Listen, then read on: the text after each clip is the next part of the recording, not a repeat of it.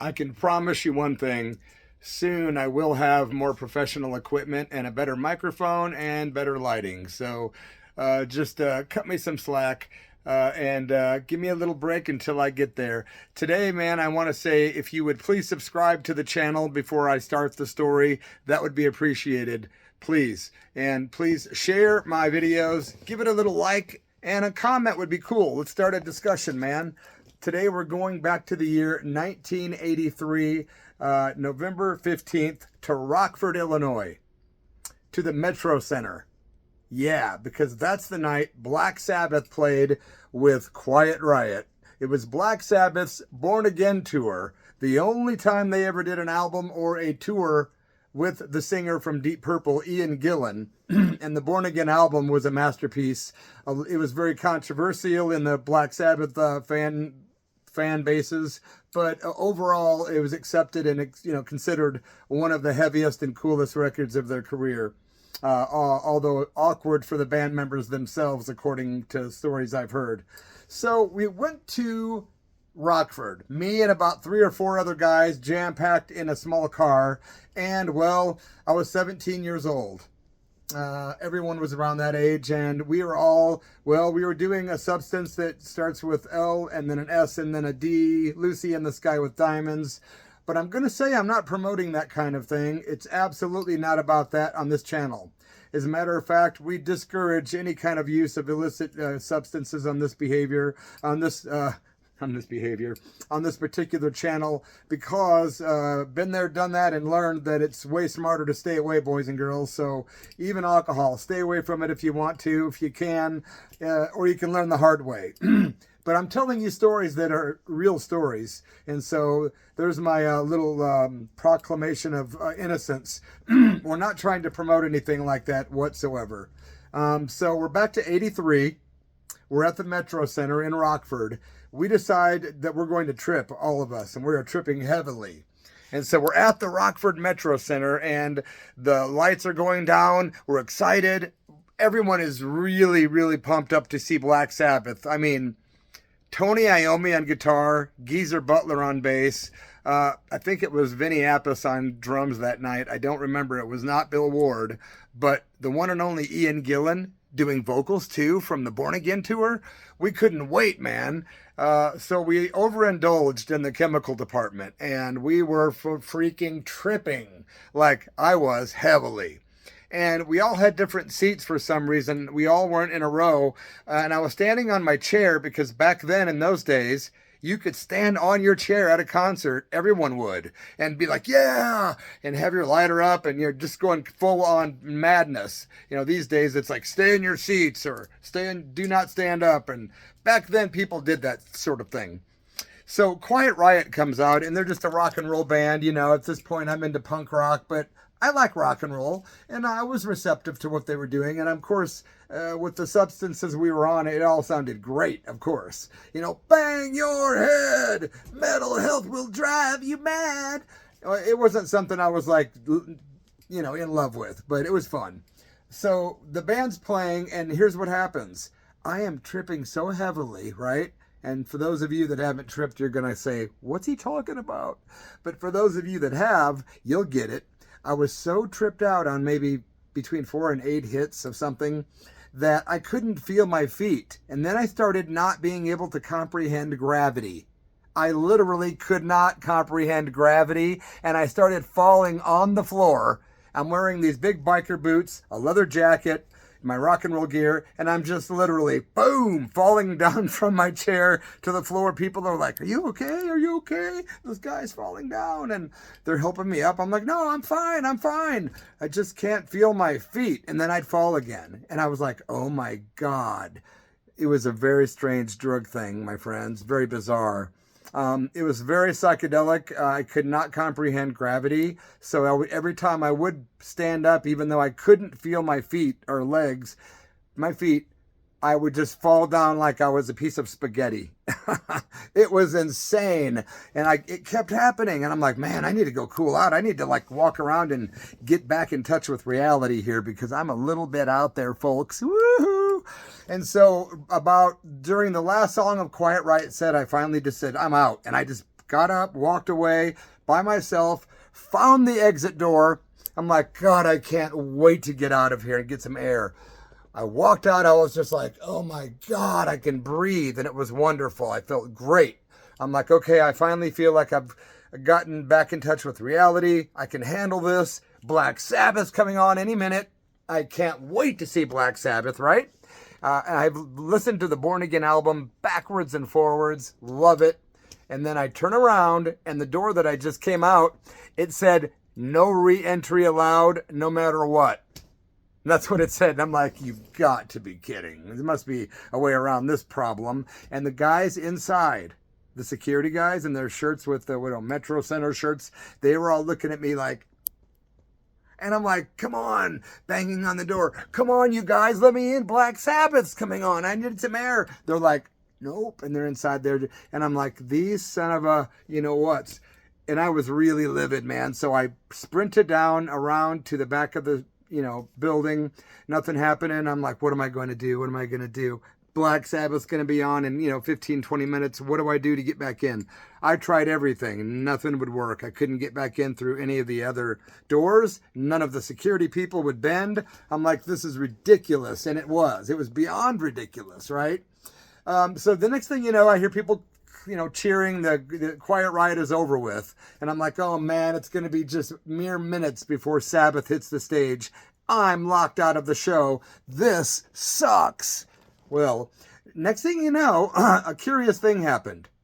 I'm in the parking lot of the show, and I'm walking around, and I'm kind of back by where the gear's at, like where all the band trucks are at, and they're like gears, and they're like the trucks, they're loading up their gear at the end of the night, the roadies. And all of a sudden, I would look over, and I see Quiet Riot guitar player Carlos Cavazo with a girl holding his hand, and they were like walking from the backstage area of the building to one of the trucks, like a literal semi-truck. And I'm like, this is odd. And remember, I'm really tripping, like heavily, guys. And I'm just being honest. Again, I'm not condoning this behavior. This is just a story, and it's true. I've decided, wow, man, what's going on? Why is Carlos and that girl in the truck? And it hit me all of a sudden in my young 17-year-old mind. Wow, there's something dark going on, and I must find out what's happening. So what do? I weave my way in and out of the cars that are parked in the parking lot and the trucks, and I find the semi that I see them get into, maybe 5 minutes previous. And what do? This is ridiculous. I was fried, and I'm like, I have nothing to lose. It's Carlos Cavazo, and he was like a ripping guitar player, Randy Rhoads was the original guitar player of Quiet Riot. So Carlos kind of took that guy's place. That's how good this guy is on guitar, right? Randy Rhoads joined Ozzy. Carlos became Quiet Riot's guitarist after, I think, Quiet Riot had already put out an album or 2 albums with Randy Rhoads. I used to have one of them. But back to the story. So I get to the truck. I open the door, and what do I see? Exactly what you think I saw.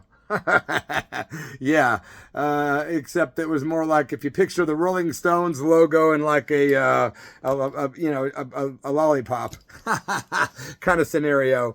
Anyway, I slammed the door shut. I'm like, oh my God. And they were like looking at me like a deer in headlights, like, what the hell? Who's opening the door on us? And I'm like, sorry. And my hair was all sweaty. I was tripping. I had really long hair. It was dripping just from sweat because, well, being on these chemicals, I was just dripping wet with sweat. And I'm like, oh my God, I can't believe what I just saw. And so I decided to get the hell away from there in case whatever. So I go away from there, and I'm walking around, and I see a girl, and she's like, what's up, dude? I'm selling tickets to the show. And I'm like, yeah, I lost my ticket, or I got kicked out, and I can't get back in. And I explain it to her. And she says, well, these are like, I don't know how much they were at the time, $10, 15, 20, I don't know. But she says, well, these are like, say, $15. And I said, all I've got is $7. And she says, oh, that's okay, I'll take 7. I'm like, huh? And so I ran over to her. I got the $7 in her hand. I grabbed that ticket. I'm like, oh, please, goddess, have mercy. Don't let me have missed any of Black Sabbath's set. But I didn't hear anything. And then right when I get up to that door, I hear the people screaming and cheering like, uh-oh, this band is on stage. I get in the door. The second I walk in that auditorium, it's pitch black. Black Sabbath walks on the stage. It was crazy cool, man. So I finally got to the point where I could comprehend gravity again. Black Sabbath was awesome. Ian Gillan ripped through Black Sabbath classics from the Ozzy Osbourne era. They did Heaven and Hell with the Ronnie James Dio era. That was amazing. They did Smoke on the Water as part of the encore, which is a Deep Purple song, which was amazing. And then after the show, of course, we're all like, all of us are tripping. We're outside and we're bound and determined we're going to meet Black Sabbath with Ian Gillan. So we stand out by the back doors, and these really real jerk security guys were totally uncool. They kept trying to tell us to get out of there. We're like, nah, we're not leaving. We're all in leather. We're not afraid of these guys. There's like 5 of us. And we're like, yeah, nah, you guys don't own this part of the city. You can't make us leave. And so we finally waited and waited and waited. It was forever. And then the weirdest thing happened. Not one limousine, but 4. 4 limousines pulled up, big black sedans with blacked out windows. But when they pulled up in front of each door of the door one at a time, there was lights illuminating the door so you could kind of see through the window. Each one of those limos had the wife or girlfriend or date or whatever of the prospective band members. And there was like a thing of, we could see a bottle of like liquor, like wine or champagne, the silhouette of that too. And I'm like, wow, look at this. So it pulls up, and here comes Geezer Butler, and he does this whole thing, and he's like looking at us across the alley. We're like, Geezer, hey, Geezer. And he's like, yeah. We're like 8 feet away, but the car is between us, and he's just jumping in the car with his girl. Boom, speeds off. Here comes the drummer. Hey, Black Sabbath. And then here comes Tony Iommi. We're like, wow. And he does the whole thing too. And then there's Ian Gillan with his hair tied back in a bun, and he's got hair down to his butt, so you could tell it was him because he's like 6'7". But it was an amazing thing to see these guys right there, because we were big fans our whole lives since this, early 70s. Little kids listening to Black Sabbath, Anyway, the weird thing after this, and this wraps up the story, but it's pretty intense. We decide we're going to go back home, right? But the guy driving is lost. We're all tripping. We're all completely out there on, these chemicals. Lucy in the sky with diamonds. You know what I mean? So we're out there, right? We're woohoo. And we're driving and trying to figure out a way to get back home to Peoria, Illinois. And the next thing you know, we're lost. We're in the middle of nowhere. It's dark, pitch black. We're like, oh man, we've been driving in circles for an hour. What do we do? So whoever was driving, I really don't remember who I was at this show with, except for 2 of the guys out of the 4 or 5. But we found a weird little truck stop that was like a, all night martini bar / truck stop, kind of sleazy place, out there in the middle of nowhere in Illinois. And everyone's tripping heavily still. It was a lot of stuff that we took. And I do remember that nobody wanted to go into the bar to ask the bartender, how do we get to the highway to get to Peoria? I said, screw it, I'll do it. I want to go home. I was really stressed. So I said, let's just go inside. The concert's over and I want to get us home. So I get inside the bar. I walk down these flight of stairs. It's pitch black. There's a bartender, and I'm like, I'm kind of hallucinating, kind of. I was. And I was like having a hard time talking with this gentleman, but I kept it together enough to say, how do I get to the interstate to get to Peoria? It was very hard to do that, but I did it. I'm 17. I'm overindulged, but hey, I made it through it, right? Anyway, next thing you know, I look to my left, and not 1, not 2, not 3, but all 4 members. 4 members, 1, 2, 3, 4, 4 members of Black Sabbath walked by me. They're all walking down the stairs. They walk in the bar. What do they see? They look over and they see sweaty old me in my leather that just saw them an hour ago or whatever it was outside their venue. And they're probably thinking, how in the hell does this guy know where we're at? And I honestly was too high to even go over to them. But it was a fact. There was Black Sabbath. They all walked right by me. They looked right at me. I just waved. They waved back. It was surreal. I wish I would have walked over and had a photo, but I didn't have a camera. I could have got stuff signed, but I had nothing to sign or no pen or marker. And I thought it's best to just let this be a memory in itself. And then I walked back upstairs, and the band, or my guys in the car, didn't believe me. They're like, huh? I go, Black Sabbath is in the bar, and they were all too high too. No one wanted to go in and be awkward and bug those guys. In retrospect, it would have been a much cooler video and a story had I walked up to Black Sabbath. That would have been an interesting conversation. But that does wrap up my story, and thanks for listening. Cheers. Please subscribe, give it a like and a comment, and share it with people. And I'll be back in a couple days with another true rock and roll story. Cheers, and Om Namah Shivaya.